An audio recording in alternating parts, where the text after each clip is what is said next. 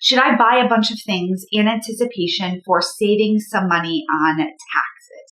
So I'm by no means an accountant. I'm not a tax professional.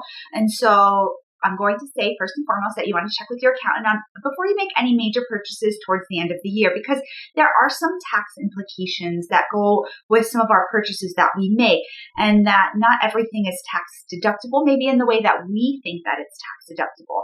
So that's the first thing that you want to do is before you make any major purchases or you start stocking up on a bunch of paper towels and toilet paper, that you check with your accountant, that you say, hey, where am I at with taxes? This is how much I've made this year. This is how much, I've already paid in taxes. What is my tax liability going to look like? If you're using a software like QuickBooks, that should be pretty easy for them to give you at least an estimate. I mean, they're not going to really know until everything is in, until all your paperwork is into them. If you've ever filed your taxes, you have to send quite a bit of information over to your accountant.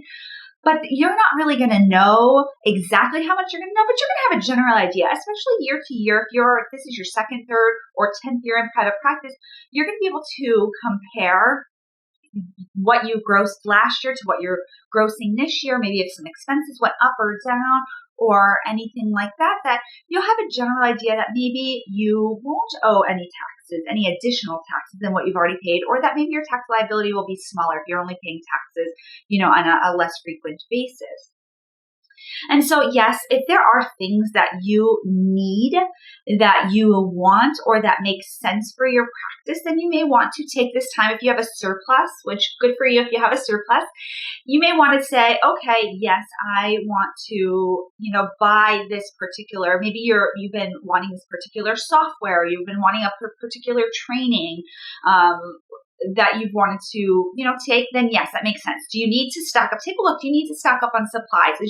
Are your tissues running low? Are your paper towels running low? If you have coffee, is that all that running low? That buying that before the end of the year might make sense. And so what a lot of people say, what I've seen is don't spend money to avoid taxes. So I know I can't think of course, I'm like on the spot, I'm like, oh, I have to think what's like death and taxes are the only two things that are guaranteed, something like that. So you're going to have to pay taxes. If you're in private practice, please get comfortable with paying taxes. And now this is my personal motto, I guess, or it's like I'm okay with paying more taxes, and that means I made more money. And so I'm comfortable with that. Now I don't want to pay a lot of taxes. I don't want to pay unnecessary taxes. I don't want to pay too many taxes. So I have to get a good accountant.